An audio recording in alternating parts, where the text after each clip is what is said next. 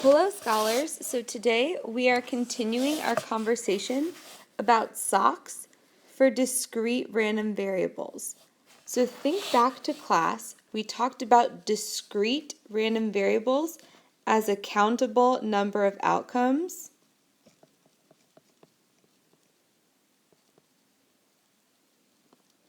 And this goes with section 6.1 in your textbook, so please look there for extra examples and practice problems throughout this unit.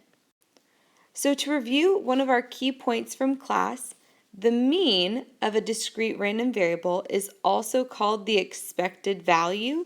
So mean, expected value mean the same thing, and we find it by using this formula. And we said this formula is all of the x's times their probability, and we just keep adding those products up until we get to the end of the table.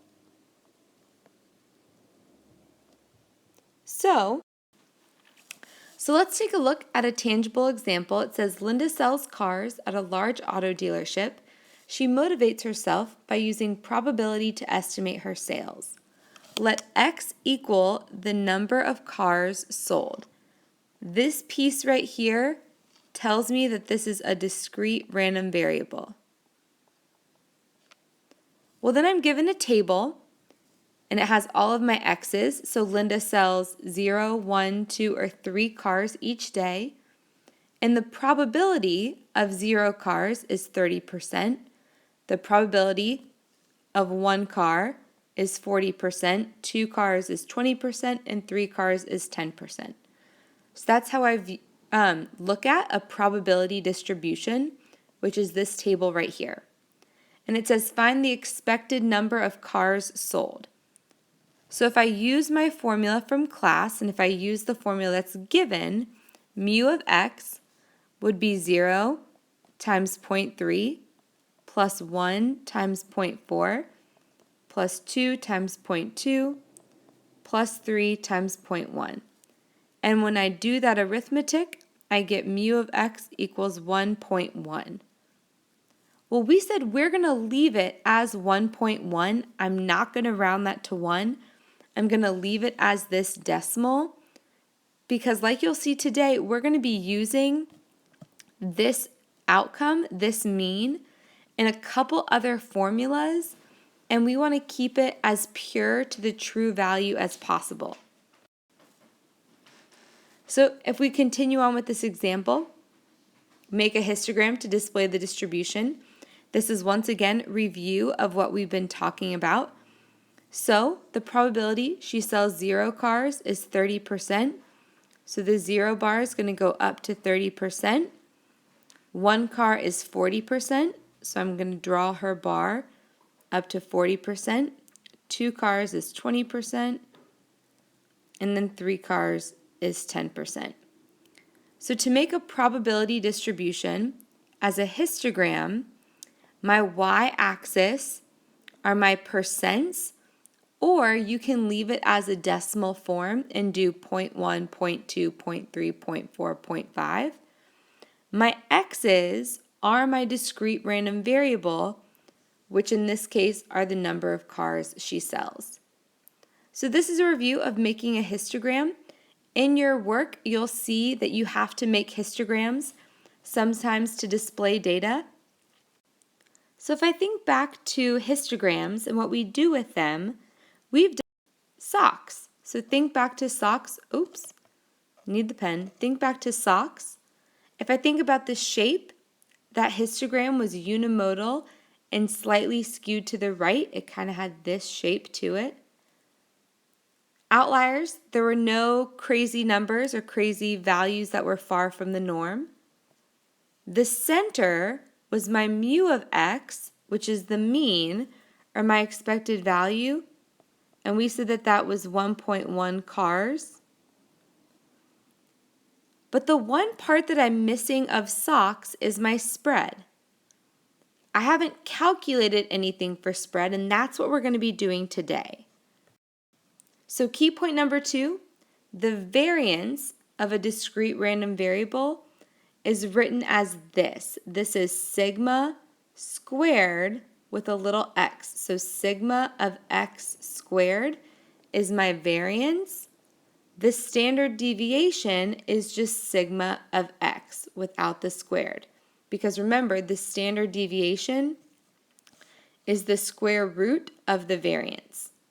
So make sure you have this notation for standard deviation and this notation for variance. That's our second key point. So how can we use the variance and standard deviation in practice? How can we calculate them? So this is a setup right here. This is just general background. It says suppose x is a discrete random variable with the probability distribution x's and p's, so all my x's and their probability. The variance of a distribution is sigma squared. And what the variance is it's the difference between all of my x's and the mean squared times their probability, or the squared deviations times their probability. So make sure you get this formula down. We do have to plug quite a bit of information into the formula, but you are given this formula right here on every test and every AP exam. So you'll be given this, we just need to know how to use it. So if I do an example, it says find the variance for this same distribution. This is the Linda and her cars example. The variance, or sigma x squared, is all of my x's minus the mean. Well, just to review, the mean of x, we got to be 1.1. So I just plug it in. 0 minus 1.1 squared. So for my first piece, times the probability of 0, which is 0.3, plus my second piece, 1 minus 1.1 squared times the probability of 0.4. The second piece, plus 2 minus 1.1 squared times 0.2. I don't have room, but I'll do it down here. Plus my third piece, 3 minus 1.1 squared times 0.1. So all we did was we plugged in each of these different columns, or each of these different x values and random variables, into my giant equation. And when I do that arithmetic in my calculator, I get that sigma of x squared equals 0.89.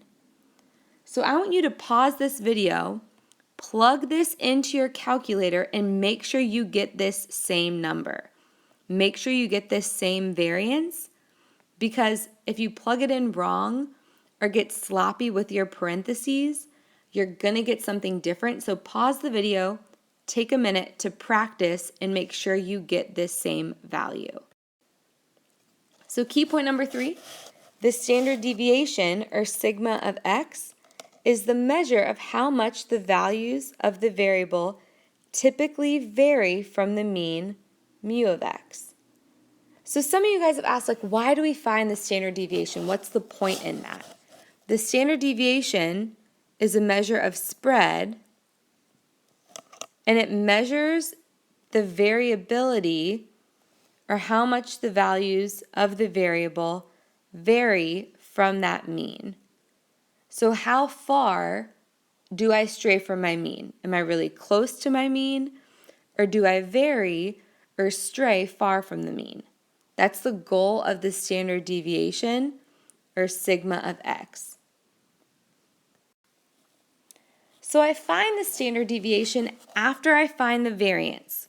I have to find the variance first before I can find the standard deviation. So we're just building on the example we've been working with. This is the same Linda and her cars example. So it says find the standard deviation for the distribution. In order to find the standard deviation, or sigma of x, I have to first find the variance. So if I know the variance is sigma squared, the standard deviation is just the square root of my variance.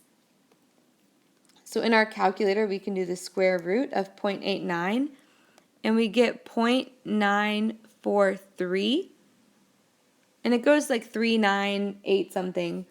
But if I round it those 3 decimal places and keep it like that, that is a solid answer. We don't want to round too far.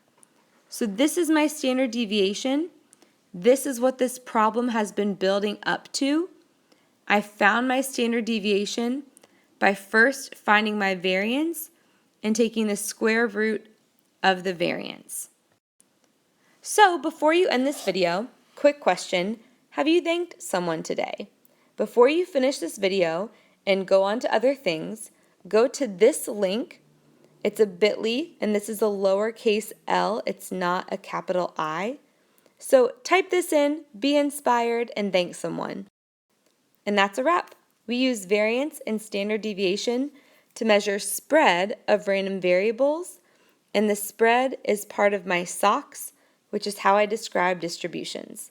Once again, this is section 6.1 in your textbook. Please make sure that you go there for extra examples in practice. Have a great day.